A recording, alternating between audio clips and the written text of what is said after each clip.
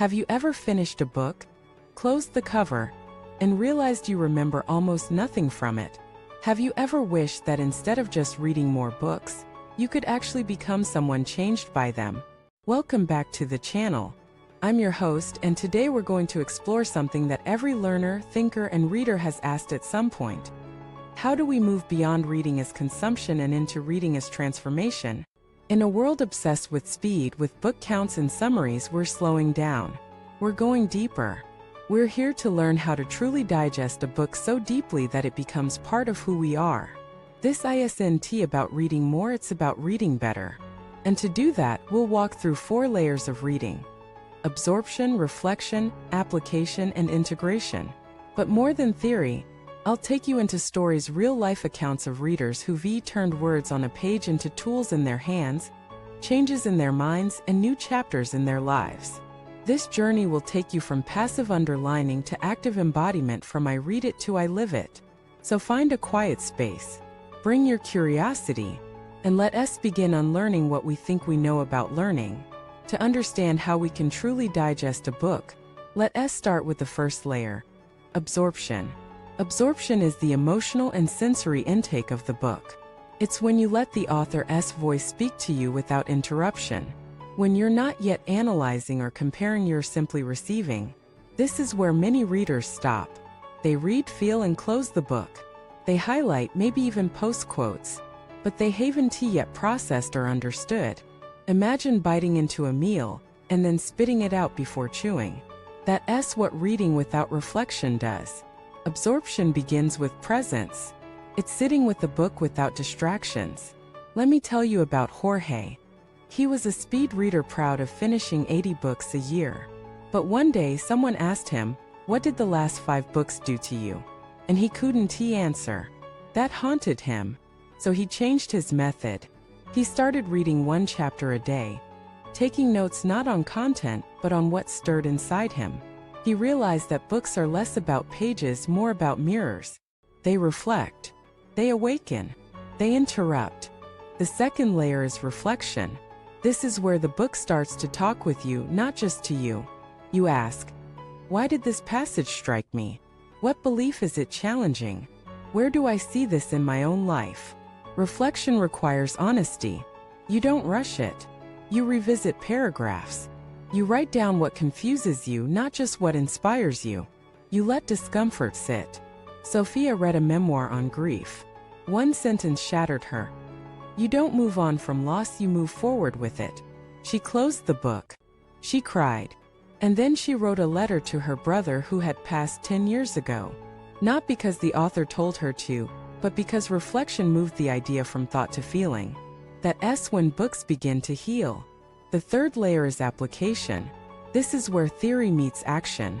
A book on communication isn't digest it until you try that listening skill in your next argument. A book on boundaries doesn't serve you until you say no to something small. Application doesn't have to be dramatic. It's micro movements. A single new sentence in your next conversation. Pause before reacting. A changed word in your journal.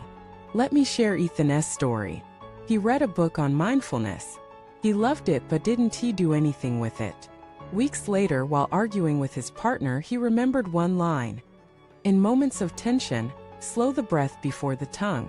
For the first time, he paused mid-argument. He breathed. His partner was startled. They both softened. That moment, born from a sentence, changed the trajectory of their dynamic. Application is where the book leaves the page and enters your life. But there's a fourth and final layer often missed: integration. This is when the book is no longer something you remember, it's something you embody. It becomes part of how you see the world. You don't quote the book to impress, you live the values without needing to cite them. Maya read a book on courage. Years later, someone complimented her for speaking truth in a difficult meeting. She didn't remember the book's title, but that's the point. She had digested the idea so fully it became part of her. She no longer thought, what would the author say? She thought, this is who I am now. Integration is slow. It doesn't show up in reading stats, but it shows up in your relationships, your decisions, your peace. It's the shift from learning about something to living it. Now let us explore how storytelling can amplify this process. Story-based practice is powerful because it bypasses resistance. It lets you see yourself in another's journey.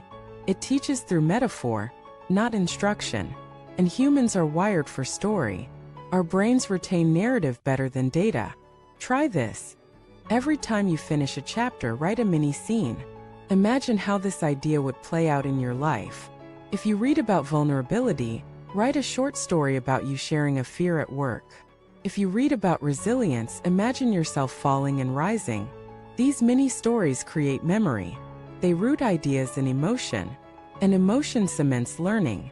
One of our subscribers, Daniel, began doing this with every nonfiction book he read. After finishing a book on leadership, he wrote a fictional dialogue between his future self and his younger team members. That one exercise made the principles stick far more than any summary could. Reading is not passive. It's a partnership.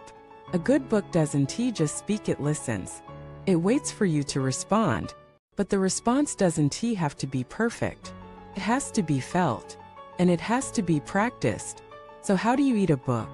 You start by tasting, reading slowly, sensing what resonates. You chew, reflect, underline not just what's clever, but what's true for you. You digest, apply it. In small, risky, real-world moments, you become. Let the book rewrite your habits, your language, your lens.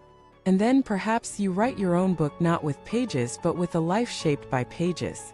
You don't have to read 100 books a year to grow. Sometimes one book read deeply is worth more than a library skimmed superficially. So pick your next book not based on hype but hunger.